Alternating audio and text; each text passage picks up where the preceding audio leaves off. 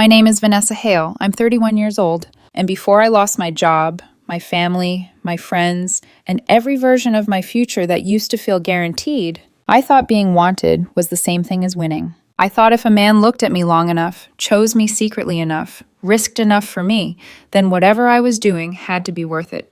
Powerful, even. I didn't think of myself as cruel back then. Just honest. Just unapologetic. Just brave enough to reach for things other people were too scared to take. That is the lie people like me tell ourselves when we are about to ruin everything. My sister Charlotte was 34, married, polished in that maddeningly effortless way that made strangers trust her within 5 minutes. She was the kind of woman people described with words like grounded and graceful and dependable. The kind of woman mothers loved immediately. The kind of woman who sent birthday cards on time and remembered dietary restrictions and somehow never seemed flustered, even when life gave her reasons to be. She was also the kind of sister who made it hard to breathe if you grew up standing next to her. I know how that sounds. Petty, bitter, immature. Maybe it is all of those things. But when you spend your entire life being measured against someone who always seems to know how to do things the right way, even your worst instincts start feeling like rebellion instead of rot. Charlotte was older by 3 years, but sometimes it felt like 30.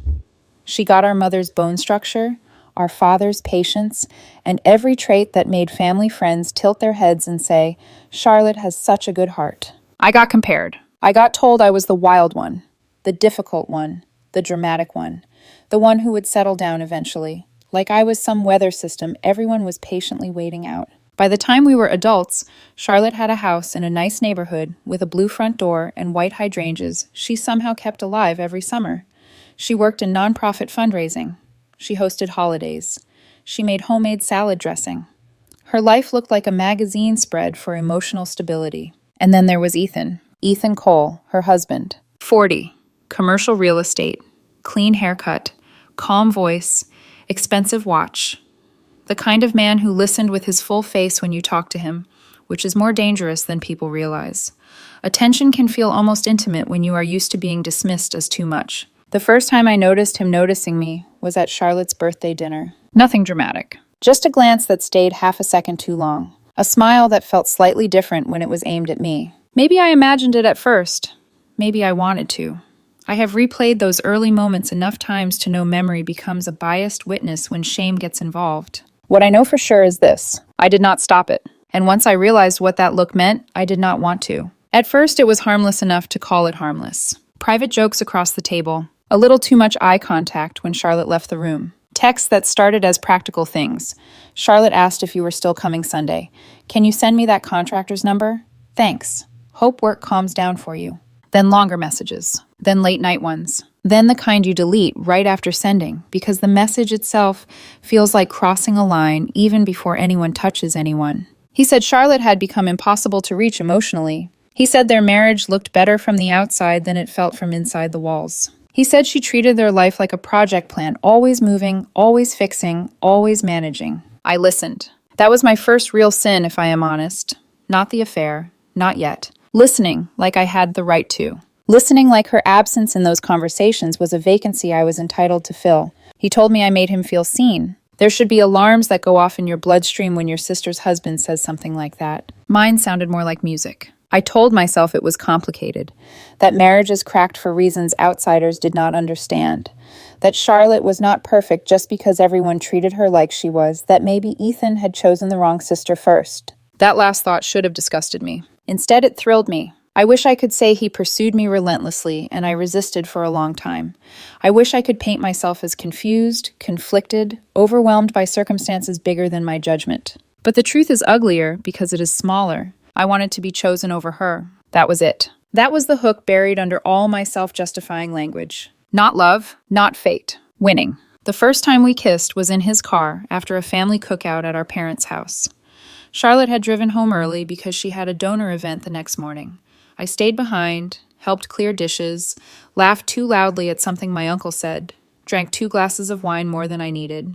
Ethan said he would walk me to my car because it was late. We stood under the porch light for maybe 30 seconds. Then we kept talking in the driveway. Then he said, "You make everything feel less heavy." I remember laughing softly, like that sentence had not just split my life open. Then I kissed him. No hesitation, no accident, no confusion. I kissed my sister's husband in the dark beside my parents' hydrangeas, while the house behind us still glowed with warm family light. When I pulled back, he stared at me like he had crossed a line he could still blame on me if he needed to. That should have told me everything about him. Instead, I mistook cowardice for restraint. After that, it moved fast. Hotel rooms first. Then his office once, late, reckless, stupid. Then my apartment, though only when he was certain Charlotte was out with clients or traveling for work. Every part of it should have felt poisoned. Somewhere deep down, maybe it did. But what I mostly felt then was electric, alive, desired in this sharp, vindicating way that made every old resentment feel briefly justified. He would leave my bed and go home to her, and instead of hating myself, I told myself that meant I was powerful. If I could pull him toward me and still make him go back pretending, then I must have meant more than she ever did. That is how rotten thinking works. It dresses insecurity up in language that sounds like strength. Charlotte never seemed suspicious at first, or if she was, she hid it better than I expected. That almost annoyed me. I started watching her more closely. At dinners, birthdays, Sunday visits. I searched her face for signs that she knew and was unraveling. But she kept being Charlotte. Warm, organized, generous, trusting. I think that made me crueler. There is something especially corrupting about betraying someone who has not yet imagined defending themselves from you. The affair lasted 8 months. 8 months of lies layered so neatly, they almost started feeling domestic. He complained about Charlotte more openly as time went on, said she was emotionally distant, said she had become controlling, said she cared more about appearances than connection. I accepted those scraps like evidence. What I never asked, what I never wanted to ask, was why a man supposedly so miserable still slept beside his wife every night and came to me only in the shadows. Because the answer would have ruined the fantasy. He was not trapped. He was greedy, and I was useful. But I did not know how to think like that then. Or maybe I did, and I preferred the prettier lie. The beginning of the end came at Charlotte's house on a Thursday evening in October. She had invited me over for dinner because our parents were out of town, and she said she hated eating alone when Ethan worked late. I almost laughed when she texted it. If irony had a pulse, that message would have had one. I went anyway. Of course I went. She made lemon chicken and roasted potatoes. The house smelled like thyme and butter. She had music playing softly from the kitchen speaker, one of those mellow acoustic playlists she loved. Everything about the evening felt so painfully normal that it made me reckless. Ethan came home while we were finishing dinner. He loosened his tie in the doorway, smiled at both of us, kissed Charlotte on the top of the head, then looked at me for one flicker too long. I felt that look like a lit match under my skin. Charlotte stood up to clear plates. I reached for my wine glass. Ethan moved beside me at the counter to get another bottle from the rack.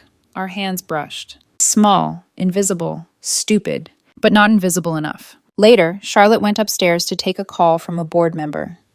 Ethan stepped onto the back patio, where I was standing with my glass of wine, the cold air biting through my sweater. "You need to be more careful," he said quietly. I turned toward him and laughed. "Me? Yes, you." The moonlight caught the tension in his face.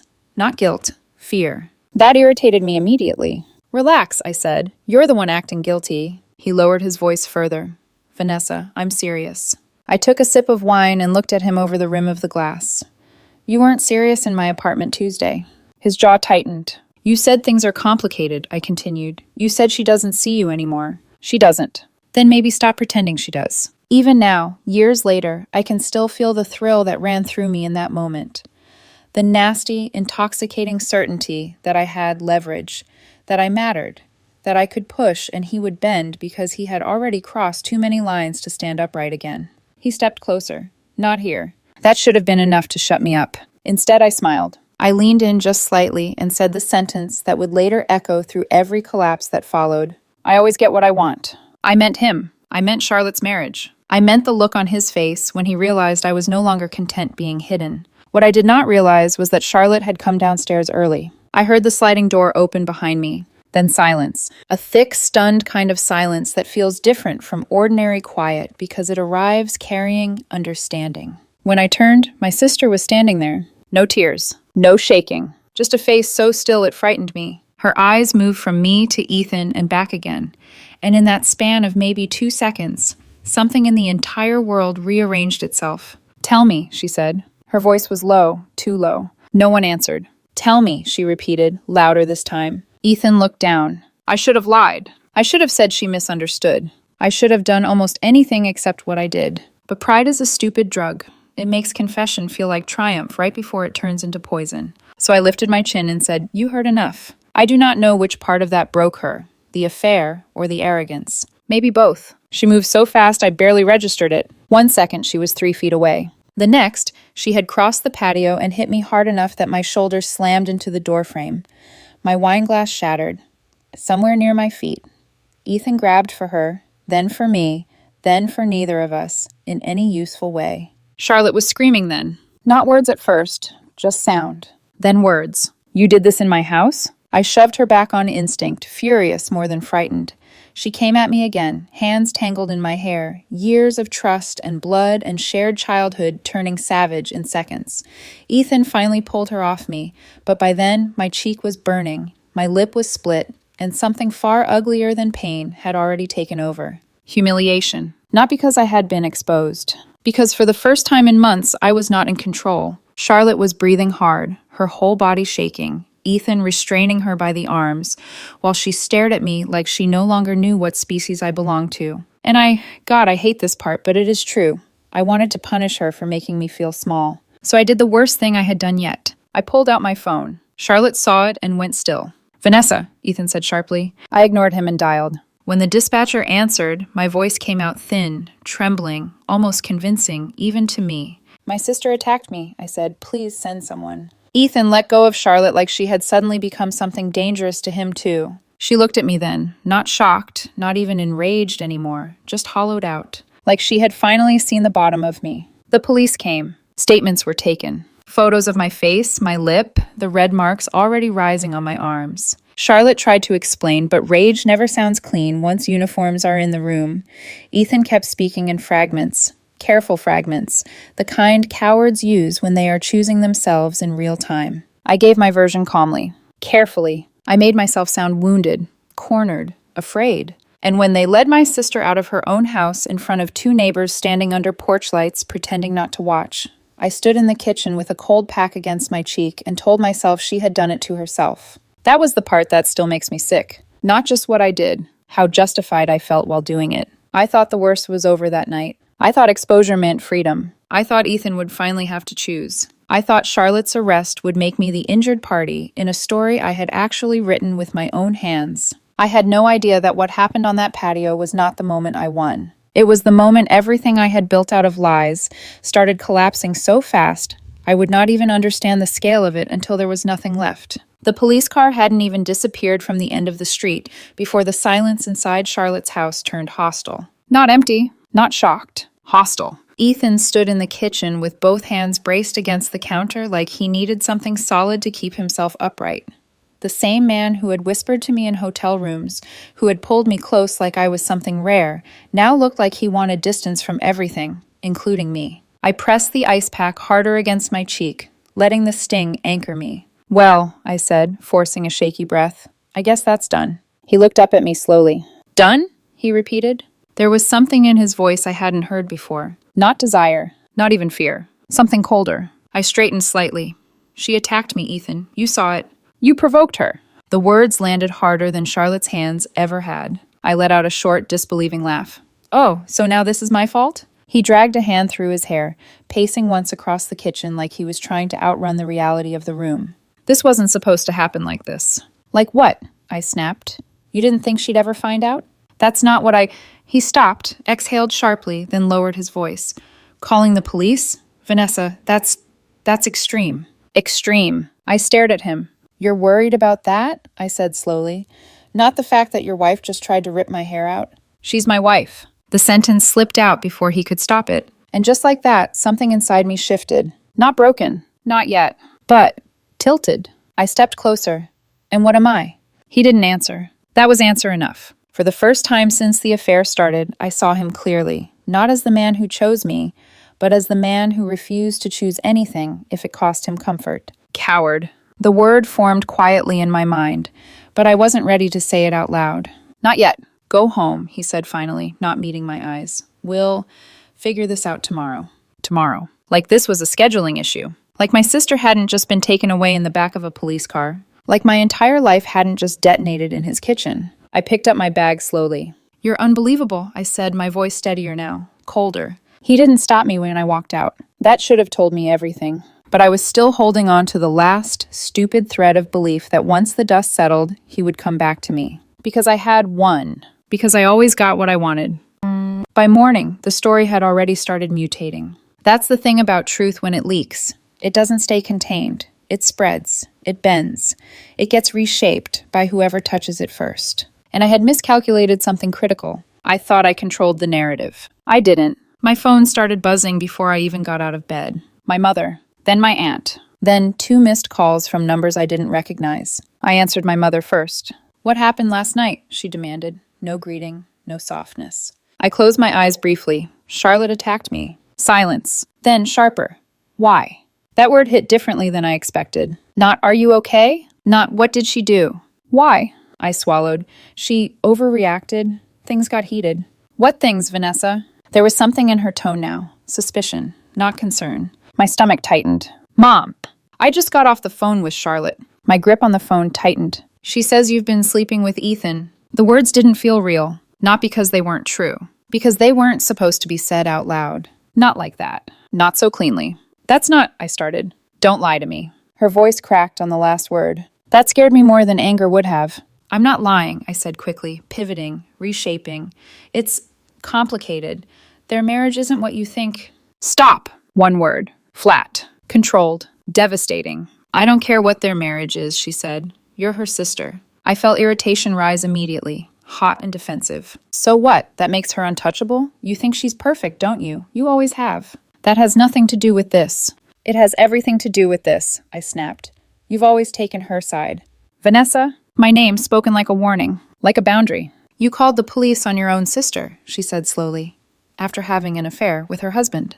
The words sounded uglier when she said them. Simpler. Stripped of all the justifications I had wrapped around them. "She attacked me," I insisted, but it sounded thinner now, even to me. There was a long pause on the other end. Then she said something I wasn't prepared for. "You need to come home, today." Not comfort. Not support. An evaluation. Like I was a situation that needed to be handled.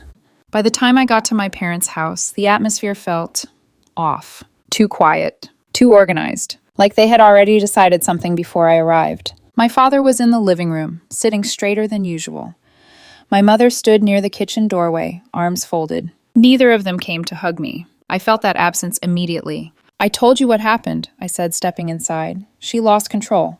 "We know what happened," my father interrupted. His voice wasn't loud, but it didn't need to be. I stopped. "What does that mean?" "It means Charlotte showed us the messages," my mother said.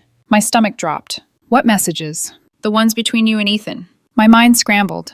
There were dozens, hundreds, careless ones, explicit ones. Cruel ones. Ones where I had joked about Charlotte not noticing. Ones where I had said things that sounded like strategy instead of emotion. She shouldn't have those," I said quickly. She's his wife," my father said. "She had access to his phone." "Right. Of course she did." I felt the room tilt slightly. "They don't show what she's really like," I said, grasping. "You don't understand how she treats him." My mother laughed. A short, broken sound. "Oh, I understand perfectly," she said. "I understand that my younger daughter slept with her sister's husband for months and then had her arrested when she reacted like a human being." The word human being cut deeper than anything else, because it implied something about me, something I wasn't ready to face. "I'm your daughter too," I said, quieter now. "Yes," she said, "you are." But it didn't feel like it. Not in that moment. Not in the way she looked at me, like she was trying to reconcile the person she raised with the one standing in front of her. My father stood up slowly. "There's going to be a hearing," he said, "for Charlotte, because of the charges." I blinked. "Charges?" "You filed a report," he said. "There are consequences to that." A flicker of unease moved through me. "I didn't think—" "No," my mother said softly. "You didn't." Silence settled over the room. Heavy. Final. Then my father said the thing that cracked the first real fracture in my certainty. "We're not going to support you in this." I stared at him. "What?"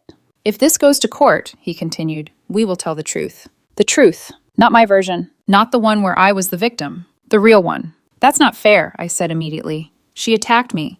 "And you betrayed her," my mother said. "For months." I felt something sharp twist in my chest. Anger. Fear. Something uglier. "You're choosing her," I said. My father shook his head. No, he said, we're choosing what's right. That answer felt like rejection anyway.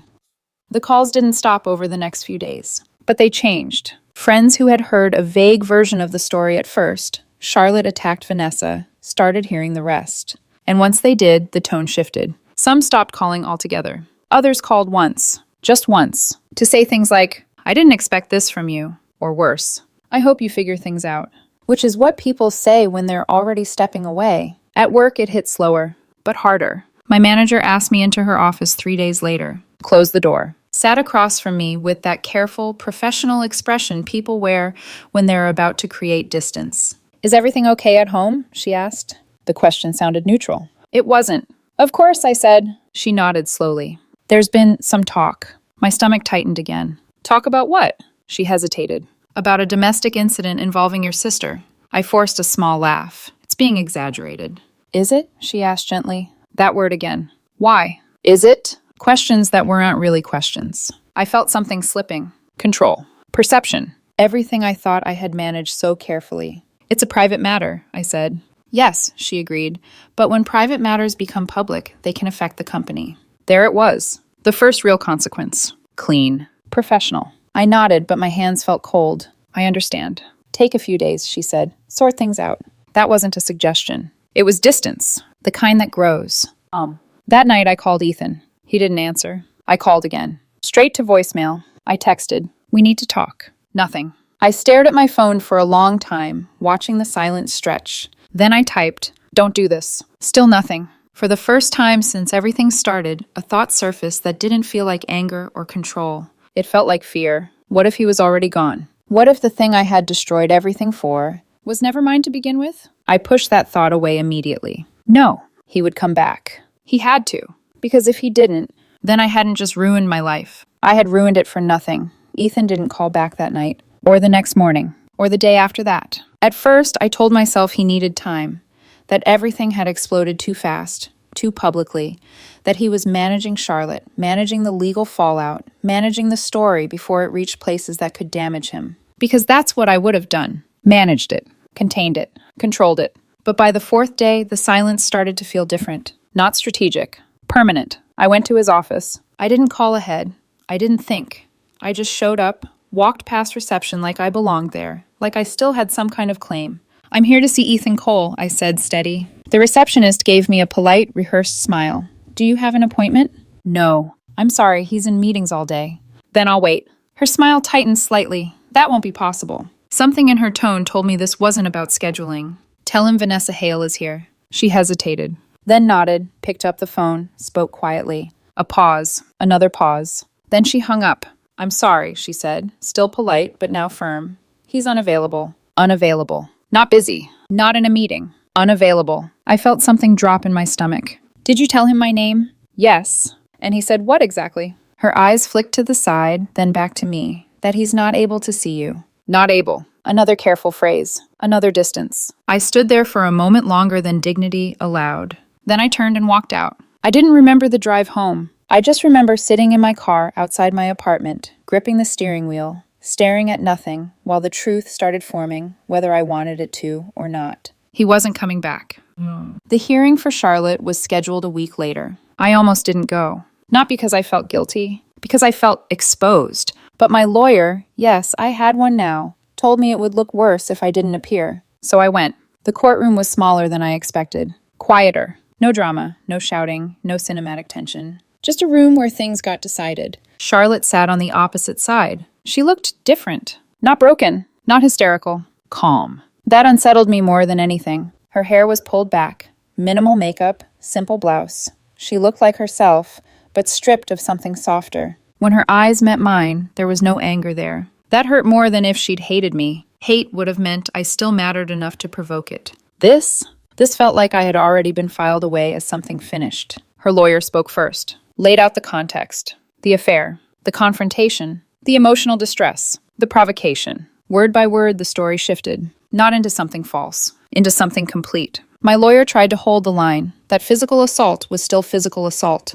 and technically it was. But context changes weight. And suddenly, I wasn't the clear victim anymore. I was a factor, a cause, a trigger. When Charlotte spoke, she didn't raise her voice. I lost control, she said, and I regret that. Simple. Controlled. True. Then she looked at me. Not long, just long enough. And I trusted her. That was all. No accusation. No performance. Just a statement. And somehow that landed harder than anything else said in that room. The judge issued a warning. Mandatory anger management classes. No criminal record. No lasting legal damage. Charlotte walked out of that courtroom with her life intact. I walked out with something else. A shift I couldn't undo. Because for the first time I realized this wasn't going to end the way I thought it would. The job came next. It wasn't immediate. It was slower than that. Worse in some ways. A meeting. Then another. Then HR. Words like reputation and company image and concerns about judgment. They never said affair. They didn't need to. It's not a good fit anymore, my manager said finally, not unkindly. That almost made it worse. I nodded, signed the paperwork, packed my desk into a box that felt too small for the version of my life I thought I had. When I walked out of the building, no one stopped me. No one asked if I was okay. No one said goodbye. I tried calling Ethan again that night. One last time. Straight to voicemail. So I left one. I just want to understand, I said. My voice sounded unfamiliar, smaller. You said things to me, Ethan. You don't just get to disappear. I waited. Hours. Then days. Nothing. No explanation. No apology. No closure. Just absence. And that's when it finally hit me. Not all at once. Not dramatically. Quietly. Like something settling into place. He hadn't chosen Charlotte. He hadn't chosen me. He had chosen himself. And I had mistaken being used for being chosen. The inheritance conversation happened a week later. I knew it was coming. I just didn't expect how clean it would be. My parents sat across from me at the same kitchen table where we used to have Sunday dinners. My mother's hands were folded. My father didn't look at me at first. We've updated our will, he said. Just like that. No buildup. No softness. My chest tightened. What does that mean? It means Charlotte remains the primary beneficiary. Remains. As if I had already been removed in everything but paperwork. And me? I asked. A pause. Then my mother spoke. We've set aside something for you, she said carefully. But it's different. Different. Reduced. Distant. Conditional, maybe. I let out a short breath. Because of this?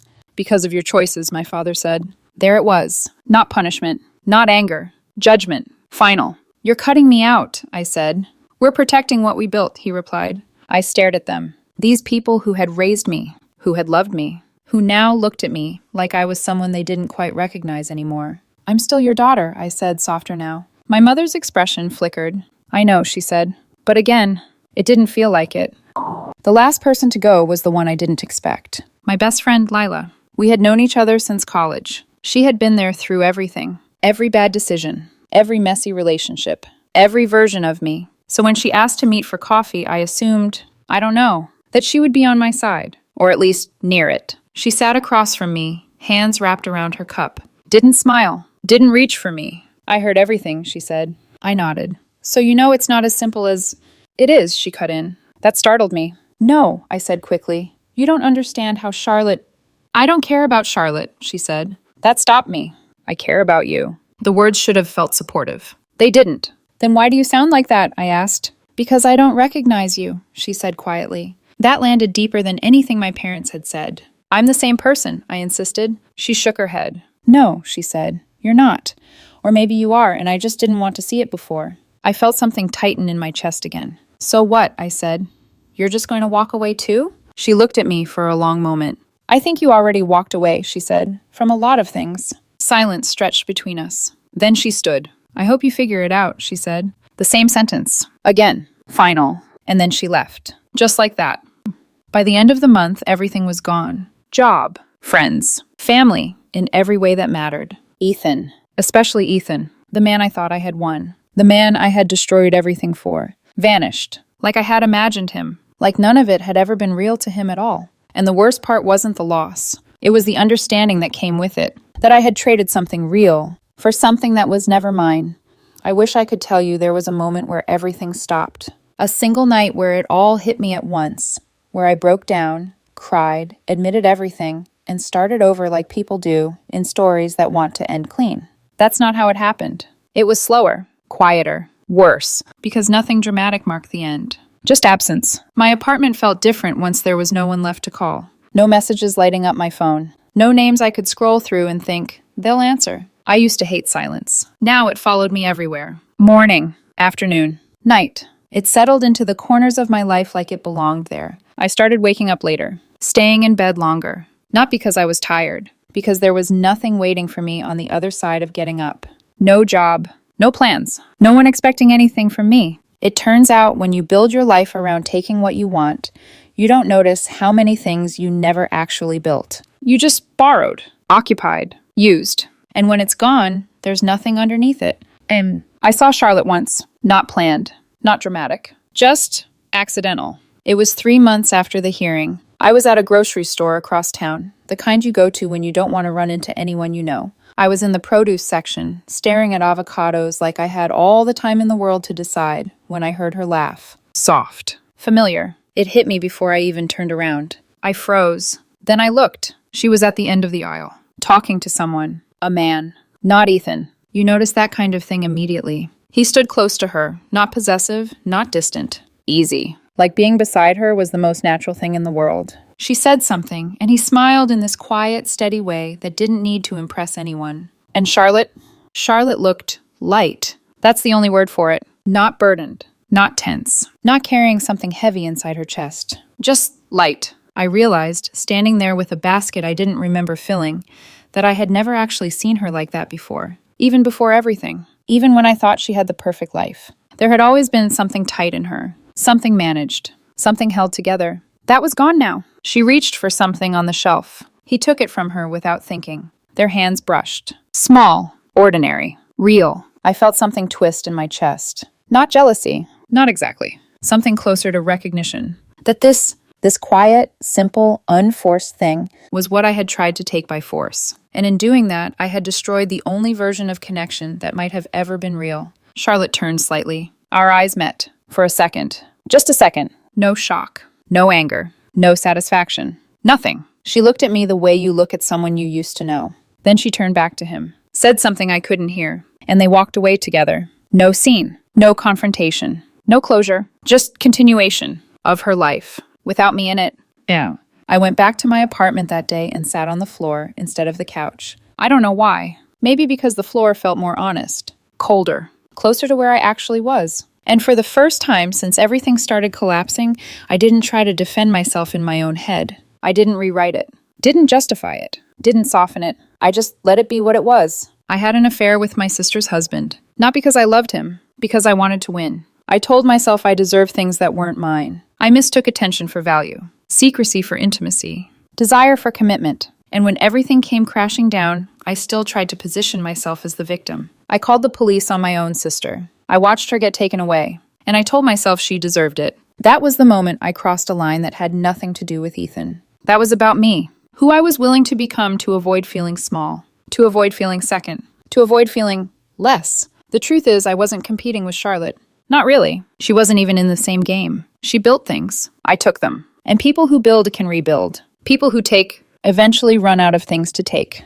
I'm 31 now. No job. No family that calls. No friends who check in. No partner. No inheritance waiting somewhere down the line to make me feel like I'm still part of something. Just me. And a version of my life I don't recognize. Sometimes I think about Ethan. Not the way I used to. Not with longing. With clarity. I don't even know where he is now. And for the first time, that feels appropriate. He was never mine. He was just the excuse I used to become someone I didn't want to see clearly. Charlotte moved on. Of course she did. People like her don't stay broken. They adapt. They rebuild. They learn. I don't know if she forgave me. I don't think that matters. Forgiveness doesn't rebuild what I destroyed. And I don't get to ask for it just because I finally understand the damage. That's the part no one tells you. Understanding comes late. After the consequences. After the silence. After there's no one left to explain yourself to. If there's anything left of this story that matters, it's not what I lost. It's how easily I gave it away. For something that was never real. For a feeling that lasted 8 months. For a sentence I thought sounded powerful at the time. I always get what I want. I was wrong. I got exactly what I chose. And now, there's nothing left to take.